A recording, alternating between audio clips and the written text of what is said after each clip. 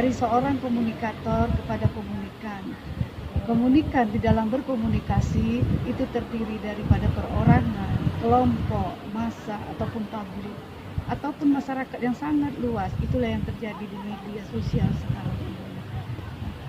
Adapun keinginan orang berkomunikasi itu, satu adalah memberikan informasi, kedua adalah untuk memberikan edukasi. Nah, edukasi ini jauh lebih penting dari sekedar memberikan informasi. Kenapa saya katakan demikian? Karena kalau informasi dia hanya sekedar lewat, sementara edukasi dia sudah lebih mendalam kepada pemahaman terhadap makna pesan. Kemudian ketiga, orang berkomunikasi itu untuk mendapatkan hiburan. Itulah yang kita lihat di media massa. Televisi sekarang sudah kurang diminati sebab sudah digantikan dengan media sosial. Itu sangat terasa sekali dampaknya kepada masyarakat. Yang keempat adalah orang berkomunikasi untuk mengadakan sosial kontrol terhadap apa-apa berita yang disampaikan agar terjadinya keseimbangan dalam pemberian berita. Intinya adalah orang berkomunikasi itu yang pertama adalah untuk menambah pengetahuan. Kemudian yang kedua adalah untuk memperluas wawasannya terhadap pesan-pesan yang beredar di masyarakat.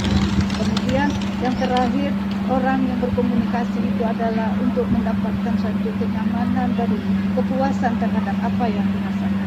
Jadi intinya adalah bahwa kita memang perlu sekali berkomunikasi agar dunia ini tidak terasa kecil, kita luas dan bisa pandangan kita menjangkau sampai kepada seluruh penjuru dunia. Itulah, mari kita berkomunikasi. Komunikasi ya. Menurut saya komunikasi itu ilmu terapan atau sudah dilakukan orang, tapi dikodifikasi oleh para akademisi menjadi ilmu yang dirangkai-rangkai menjadi sebuah teori yang itu bisa menjadi ilmu tersendiri. Intinya menurut saya adalah soal pesan, bagaimana menyampaikan pesan, menimbulkan feedback, reaksi dari yang kita pesankan, kemudian membalik lagi kepada kita dan begitu seterusnya. Tapi dalam perkembangan dunia sekarang ini, komunikasi itu makin beragam. Komunikasi yang efektif adalah ketika seseorang dengan komunikator dan komunikannya ini ada gelombang yang sama. Jadi kesamaan pengertian, kesamaan sikap, kesamaan itu akan lebih nyambung. Tapi dalam dunia ini kan tidak ada yang seperti itu. Jarang lah paling tidak.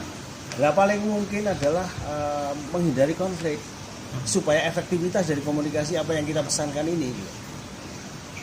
Nah, menghindarkan sesuatu yang menimbulkan konflik ini yang menjadi masalah sekarang ini kelihatannya di Indonesia. Di kita itu sekarang sadar atau tidak, suka atau tidak, sedang terbelah masyarakatnya. Kalau para akademisi mengatakan ini politik identitas. Politik identitas itu masing-masing punya imam, punya keyakinan yang itu benar atau salah itu akan dibela. Dan dia tidak mungkin dimasuki oleh pengertian atau kebenaran lain. Dia akan cenderung pada mengelompok pada warna bulunya seperti burung itu. Dia nggak mungkin burung merpati bergerombol sama burung hantu, nggak bisa. Dia mesti terpisah masing-masing. Jadi beda dengan manusia. Manusia itu sebetulnya hakikatnya kan kebersamaan, bisa bersama. Cuma yang membedakan paham inilah yang akan memisahkan kita. Nah sekarang itu tinggal pilihan masing-masing. Apakah kita sadar dalam posisi seperti itu?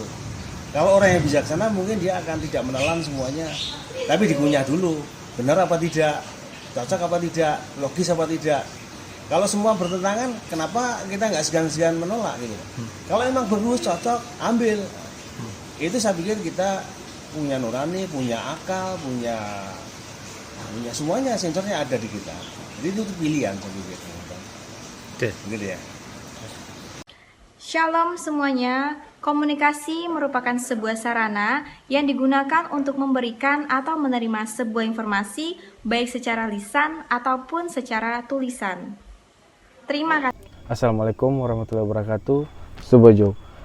Komunikasi adalah salah satu proses menyampaikan ide atau gagasan kepada seseorang, kelompok dan masyarakat agar terhubung dengan lingkungan dan orang lain.